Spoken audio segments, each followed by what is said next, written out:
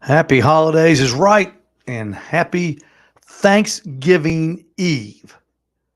Have you ever heard it called that? I've never heard the phrase Thanksgiving Eve until somebody said it today in the store, Pete. Happy Thanksgiving Eve. No, I don't think I've ever heard it before. But hey, guess what? Happy Thanksgiving Eve. Happy Thanksgiving Eve. I'm relieved. I am so relaxed now. We were so busy at the gas station, of course, with people but getting tires and service and getting their cars fixed, and then the barbecue store. Pete, I'm gonna say right now, I appreciate so much everybody that came in. I appreciate all the help you gave me over the last couple of days. All the people that came in buying just everything from poultry shears to brining bags to brine buckets. We had just a Seasonings. we just had such a great time, such a fun time, and I just want to say thank you to everybody that came in. I really do appreciate it, and it means a lot. It means a lot to me to know that people want to, come in the store and they trust us for their advice, and of course we're glad to give it to them too. Oh man, people come in. Just tell me what to do. Just tell me what to do. Yeah, But Steve, have you ever cooked so many turkeys as you cooked in the last week? Just I, prepping I and know. trying. I know. Well, so what we do, we'll get a turkey and we just mess around with it. We'll try something different, and of course the guys at the station are there, and there's customers there, and they all come in, and there's always somebody there that'll eat a turkey. Absolutely. I tell you know it. Two ladies in there, remember, told you, said, "Hey, I don't like turkey." And absolutely, that one of the turkeys you had cooked that day was the most juicy, flavorful turkey. Yeah, And they ate that turkey like it was nothing. they just never had a good turkey. They never had a good They turkey. never have a good turkey. Well, we got a fun show tonight because we don't have anything planned, and I'm going to bring this next guy in, Pete, because you talk about bringing somebody in off the bench. Johnny Maggs from New Hampshire. How you doing, man? What's up, boys? Happy Turn your Thanksgiving. microphone on, John. You're on mute. Nothing yet. No?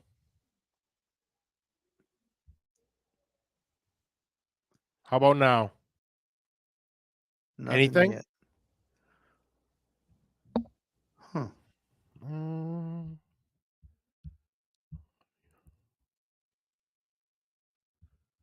Got it. Let's see.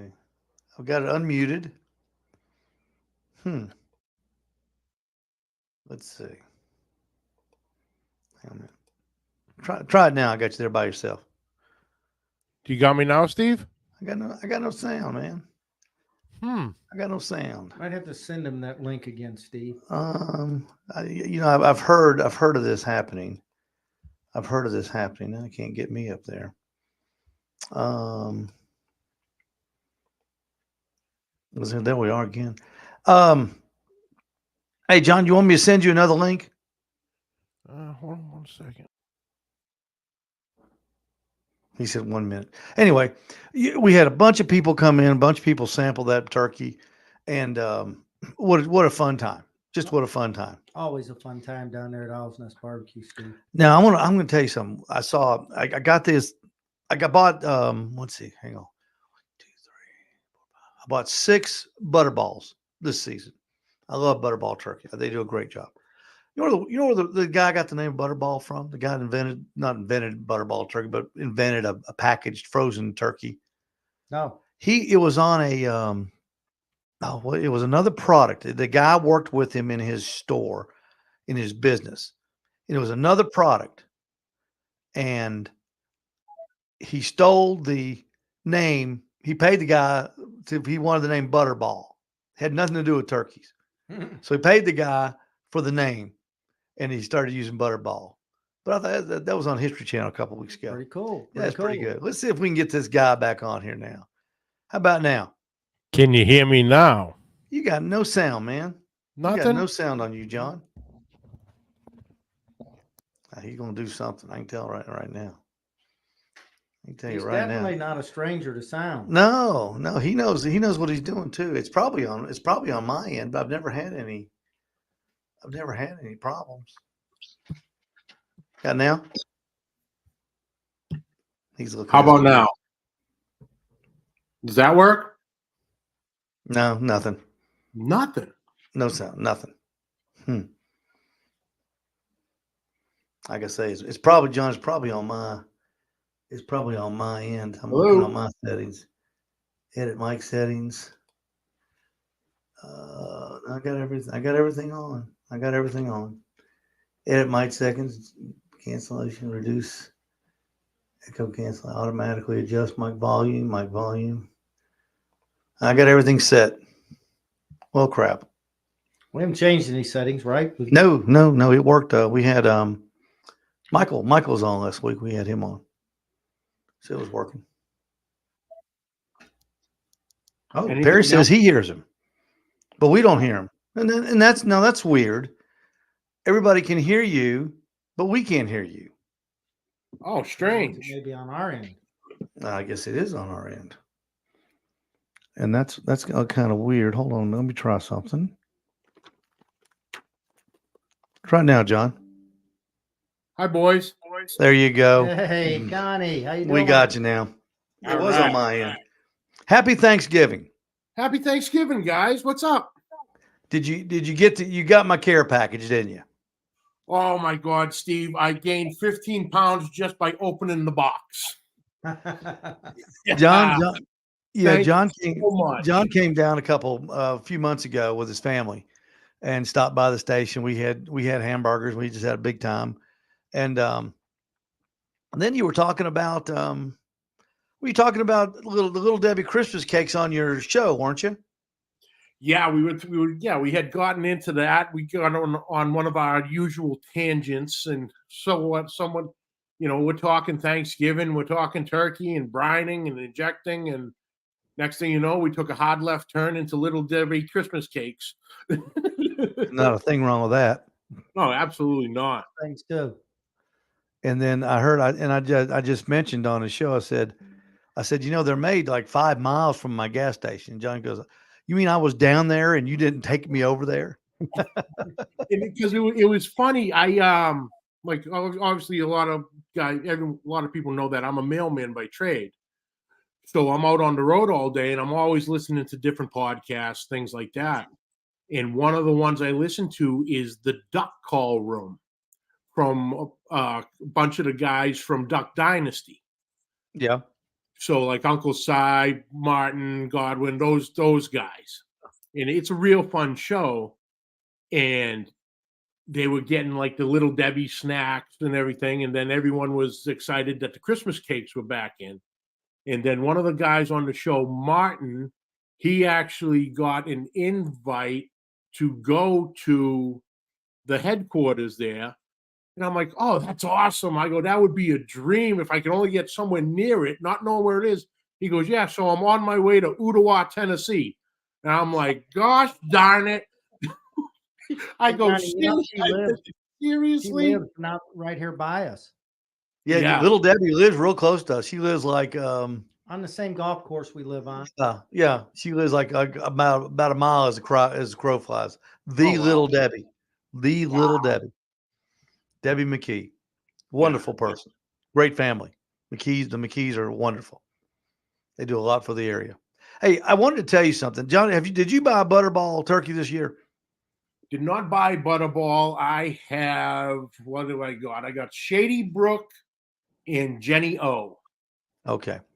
I'm going to play this video. You can see it too. This is a video.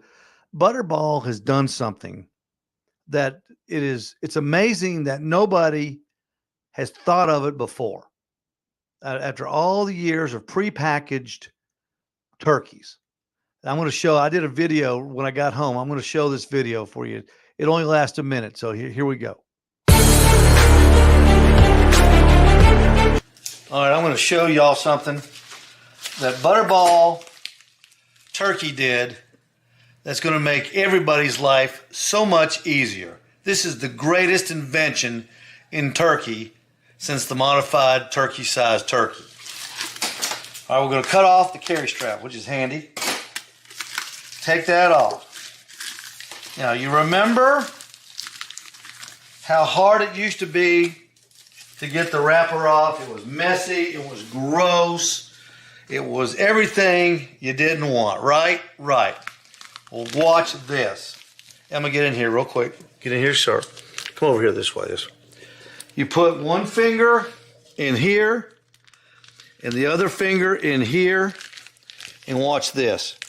You pull it and it opens up just like so. So simple. Then you can take it over here to the sink. Follow me over, Emma. And drain it in the sink.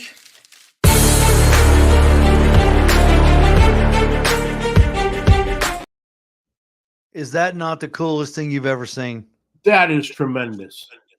I had never. Why hasn't anyone thought of that until now?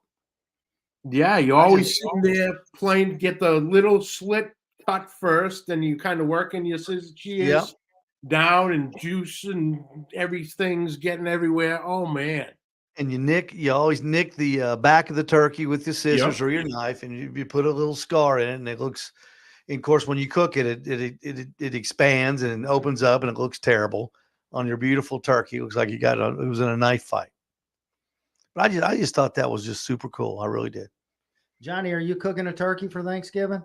I'm cooking a turkey and a spiral ham. Are you a brining injection type person or what? I'm more injection. I've never actually brined anything. So I'm Okay. gonna definitely have to start getting into that, especially with the starting the competitions and things. Seems like it's a real game changer. But I've always had great luck without brining for keeping the moisture content. But I do always inject, so that has a lot helps it a lot. You know, David Bosca's got a new product out that it actually is a brine and an injection, and I've used that. I've actually got my turkey brining right now, but you can brine in it and then inject it just before you put it on, and it's amazing. The flavor, just everything about it, stays so moist, tender, but the flavor is just awesome. Oh wow! John, you need to. Brining is good. I didn't brine till last year. I'm like you. I would dry brine, just dry brine it. Put salt on it and put it in the refrigerator overnight, and then do my injections. But I brined one last year, and it was so tender that this year we really amped it up. We put in David's new brine, and of course we had his beer brine. He's got a beer flavored brine for people that like to do beer canned chickens. We put in Malcolm's brine, and of course we had Meat Church brine too. And it's one of those deals. No matter which one you picked, they're fantastic. But it really it was amazing to me how they tenderize the meat on a turkey. It really changes the texture of it. It's delicious. We even do our chickens like that now. So try it. It's a lot of fun. So what else what do they do in New Hampshire for Thanksgiving? I guess I guess it's cold up there now, isn't it?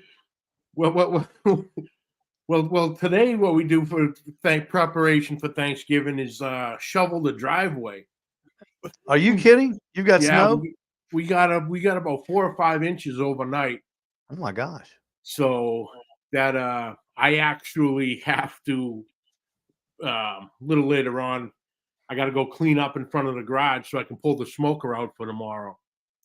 But yeah, we got snow last night and some ice this morning. So it's been an interesting day. But Other than 7 that, degrees. it's really the same thing. Get them going in the morning. Maybe have a beverage or two after my coffee, and get ready for the football games and start my all-day graze, I like to call it. Now, what method are you going to use on that turkey? You said you're going to inject it, right? Yep. And then what's kind of seasoning? What are you going to put on it? I'm gonna do my Uncle Steve's competition bird shake along with his smoke bomb, Okay. and And then it just has an incredible flavor. what smoke are you going to use? Oak. I got some nice red oak up here, so we'll be Are you rolling going to on use that. You're going to use an offset smoker? Yeah, I'll be Okay. doing it on my on the back line. With, Oh, okay. The one I picked up when I came down and stopped and saw you guys. Yeah. And what temperature will you go? About 325. Mm-hmm. There you go. It kills me. A lot of people think turkey is a long cook. Nope. When they come in the store, they, I'll say, "What are you going to cook it at?" Well, I was going to set the smoker at 240. I said, "Why don't you try it at least 285? 325 would be best." Mhm. And they go, "That fast?" I said, "Yeah, it's not a fast cook because there's nothing worse than that one of those black, nasty looking turkeys. When somebody does a 12-hour cook and it comes out, it's not appealing. It doesn't look good. I want my turkeys to be golden brown. Mhm. So, and that's Absolutely. kind of what we shoot for here. Yeah, I had Now, tell me, one of the supervisors at work this week. He came up to me. He goes, "All right." He goes, "Let's have a little powwow." I'm like, "What did I do?" He goes, "No, no, no." He goes, "This is strictly business." Okay, let's get down to business. He goes, "My turkey." I'm like, "Okay." He goes, "What do you think?" And then I go, "Dude, you got to run it, anywhere between 300 and 350, depending on what you want. So shoot for that 325." He goes, "Really?" I go, "Yeah, it's not a long cook." Now he was paranoid because he's never actually done it on a grill. He's got a one of the Rectex, and I'm like, "No." He goes, "So not 225?" I go, "No." I go, "Be completely honest with you." I go, "Poultry in general is not that low and slow is not good for that poultry protein." I go, "You're gonna really run a good chance of drying it out because the cook is gonna be so prolonged." I go, "You want to hit it with that, quote unquote hot and fast, just basically turning it into just like you were doing it years before in your oven. Set it at 325, 350 and go from there." And he's like, "Really?" I go, "Oh yeah." I go, "You're gonna have it done how big?" He goes, 16 pounds. I go, "Well, you have it done in probably about, 3.5, maybe 4 hours." I go, Yeah, "Nothing." 350. Yeah, Yeah. absolutely. I go, "Don't worry about that." I go, "Just make sure you got a nice meat thermometer and go by that." You If it know, starts getting a little dark, just simply throw some tinfoil over it. No, not necessarily wrap it, but just enough to block that from keeping it getting any darker. talking about that, every time I cook, Pete and I talk about this all the time, John.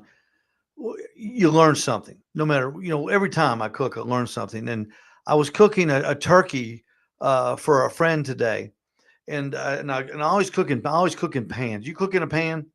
Yes. Okay, I always cook my turkeys in a pan with a little ledge on the inside to lift it up, and I like to put a little bit of water on the bottom to give it a little moisture.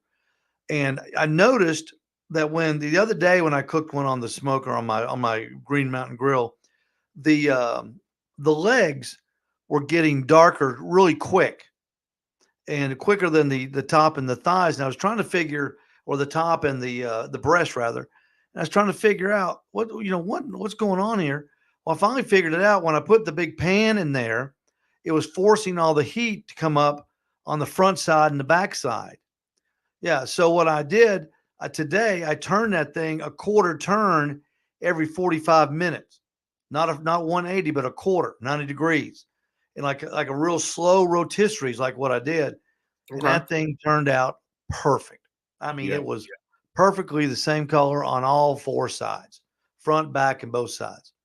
So, that's something that you learn, and then you should learn something every time you cook something. Oh, I think absolutely.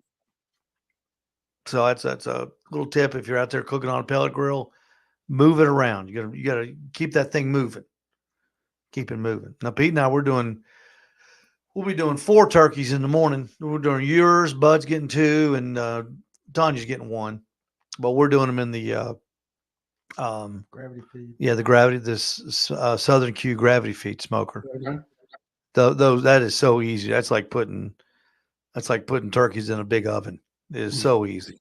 And It's- you're doing a brisket and a butt as well, right? Yeah, I've got some neighbors here ordered a brisket and a butt for Thanksgiving. Isn't that funny? Hey, that's not bad actually. Let's see. 7:22. So then I know it took me about 18 hours to get there last time. I could be there for lunch mid-afternoon if I leave now. You know, Johnny, you and your family are always welcome, man. Always. Thank you. Yeah, we had a blast. Thank you guys so much. I go through the phone, I see the pictures come up. It's like, oh, that was such a great day. Yeah, that was a fun day. Now, what when it snows where you're at, is it like was it a big deal when it snowed overnight? Do the weather people go crazy? Do people go nuts? Do they hoard? Go to the store, clean off the shelves, other than your regular Thanksgiving hoarding? Yeah, no, this one usually it depends on the forecast. Like they were forecasting anywhere from 1 to 3 inches. Mhm. So that nobody cares about that. That's easy. It's almost like it didn't even snow. But No. once they get to the 6 inches and more, Mm. that's when they start getting a little loopy, and everybody runs out. You've probably seen the different memes on social media. All the snow's coming, got to go out and get the milk and the bread. Yeah. That's what they do. That's what they all do. Once the big ones come, people, they just go crazy and they hit their like bread and milk. But it's like it's We gonna had- be a snowstorm. It's not a blizzard. You're gonna be able to get out tomorrow afternoon. Why go nuts? We had 2 inches of rain yesterday, and you'd have thought we'd have had a 20-inch snow blizzard. People were going bonkers from rain. When it Pete? I mean, it was crazy. it was crazy out there yesterday during rain. If they say we may get an inch of snow, we close the whole corridor, I-75 from South Pittsburgh to Cleveland. It just closes. There's nobody, and everybody runs to the store, and then everybody goes home, and it's like a ghost town. Yeah. Then it don't snow. Then it won't snow. Of course it doesn't. It only snows here when they don't predict it, Oh yeah. because and that's the way it is. Hey, Johnny, the mail still has to run in that snow, don't it? Oh, it does. That's for sure. It doesn't down here. I grew up in Michigan, and so getting out and uncovering cars, moving sidewalks so that the mail could come, and all the things we had to do every morning before school. I don't miss any of it. Yep. Yeah, I've been with the post office. It'll be 26 years this coming April, and there's only been one time in that 26 years that they said to stay home. Oh, you're kidding. Yeah. There was Just a big didn't- snow. Oh yeah. We got a blizzard, and they were pretty confident that it was going to hit because it was already started. It was one of those. It started like late morning and it just progressively got heavier and heavier as the day progressed. So by the time we got back, there was still no end. It was going to be another. They were saying, another 18 hours of the storm. So they said, forget it. But out of 26 years, one day we shut down because of the weather. That's pretty good. No That's kidding. pretty good. But they're prepared for it. I mean, Oh, they've yeah. lived around it, so they know how to handle it. Oh yeah, it was funny. Was it last year or the year before? They had a couple storms, some snowstorms and some ice storms come into Texas, and the phone starts going off with a couple from a bunch of the Texas boys. They're like, "Hey, what's up? Not much. What's going on?" He goes, "We need to talk to you." Okay, go ahead. What do we do with this stuff? I go, "What stuff?" He goes, the snow. I go, "Oh, just grab the." I go grab a snow shovel and just push it off to the side. They're like, "What's a snow shovel?" I go, "Oh, good point." I go get a cookie sheet out of your kitchen and just scrape that across the ground. You'll be fine. Well, how do you drive it? I go 4 high and let it fly. You'll be all right. Do you own a snowblower? Did what? Do you own a snowblower? No. I'm looking into it. I But thought right all now, you guys I'm had lucky enough, I've snowblowers still up got there. 2 little kids. Huh. That's if So you get a they're little young older. they're young and virile, so we'll get them out When you there get a little later. older, you got to transition from the shovel to the snowblower. Oh yeah. Yep. That it's definitely on the list though, that's for sure. Make things a lot easier. Hey, John, while I got you on here, I'm gonna tell you and tell everybody that's watching is on December the 9th at 11 o'clock at the Owl's Nest Barbecue Supply Store. We're having our first ever chili cook-off. We've got 10 contestants. Everybody's welcome to come out and sample the chili. We're gonna have 5 judges. The participants will actually stand in front of the judges as their chili is being judged, and they'll have 2 minutes. The judges will have 2 minutes to ask them questions about the chili, and the people that the participants can during those 2 minutes can also tell the judges about their chili and tell them why they think that they should win, or just maybe go over the ingredient list and tell them a little bit about their chili. We're going to have 10% participants to do that. So it's going to be a fun day.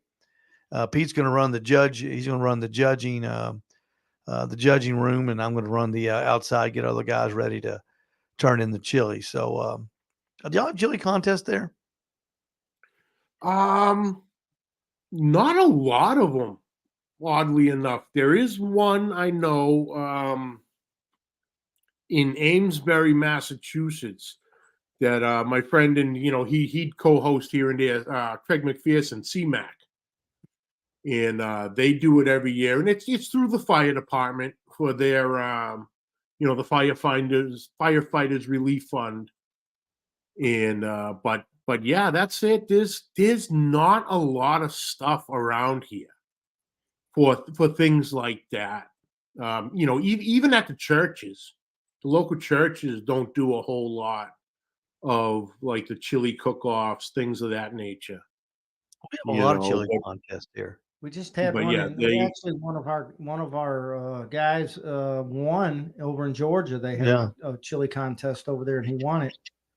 So he's gonna be in this competition. So, but it's gonna be interesting. The people that have signed up for this are all good barbecue people that cook a lot. So it'll be interesting to see how they come out with chili. Oh yeah. You like to make chili, John? Oh, I love making chili. I can eat chili all year long.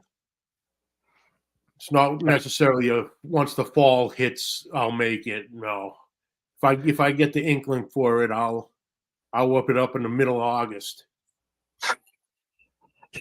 Nothing screams chili like 105 degrees, does it? That's right. What do you ever do that over the top chili? That's No. That's all the rage here now. Everybody's doing over the top chili. What is that? No, I haven't seen that. You put the chili in your smoker, and then you're cooking it, and then you put meat above it. So as the meat cooks, it drips down into the chili. Oh. And I haven't had any yet, but I've got one of our buddies, Perry Collins, is a big over the top guy. Jason is an over the top guy too. So I'm anxious to, if they do their chili that way, I'm anxious to taste it. Oh, that's Because, you know, good. that might, That's gotta be good. Yeah. oh yeah, that's got to be that's got to be a good thing. All right, man, John, thank you so much for joining us. We're gonna get out of here.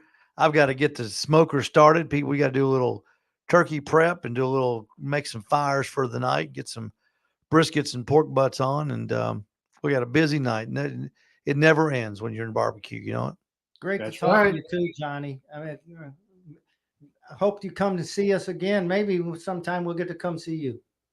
Absolutely. The door's always open, boys. All right. Thanks. Happy Thanksgiving to you and your family, John. Same to you guys. Happy Thanksgiving. You bet.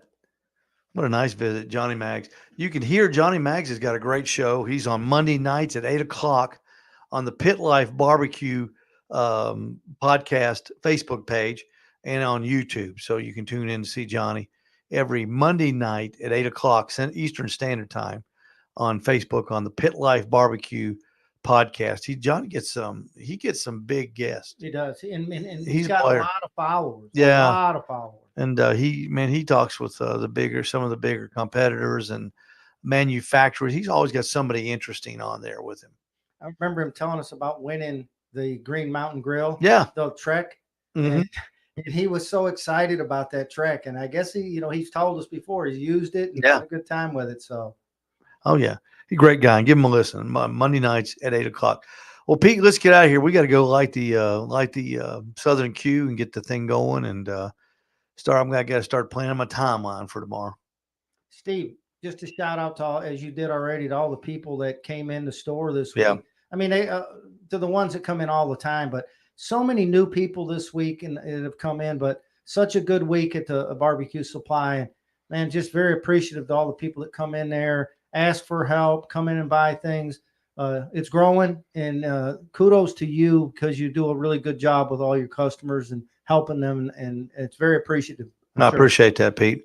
And happy Thanksgiving to you. I'm going to leave you. We're going to play the Butterball Made Easy video on the way out. So we'll see everybody Friday at the Owl's Nest Barbecue Supply Store and at the Midnight Oil and Michelin Tire Direct Store in Ottawa, Tennessee.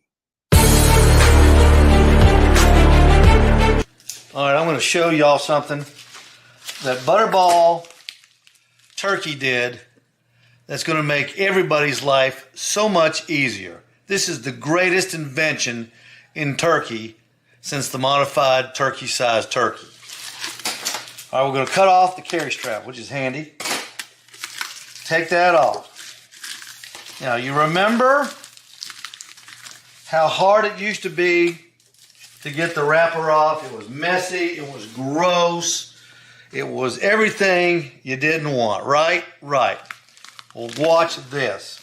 I'm going to get in here real quick. Get in here, sir. Come over here this way. You put one finger in here and the other finger in here, and watch this. You pull it and it opens up just like so. So simple. Then you can take it over here to the sink. Follow me over, Emma. And drain it in the sink.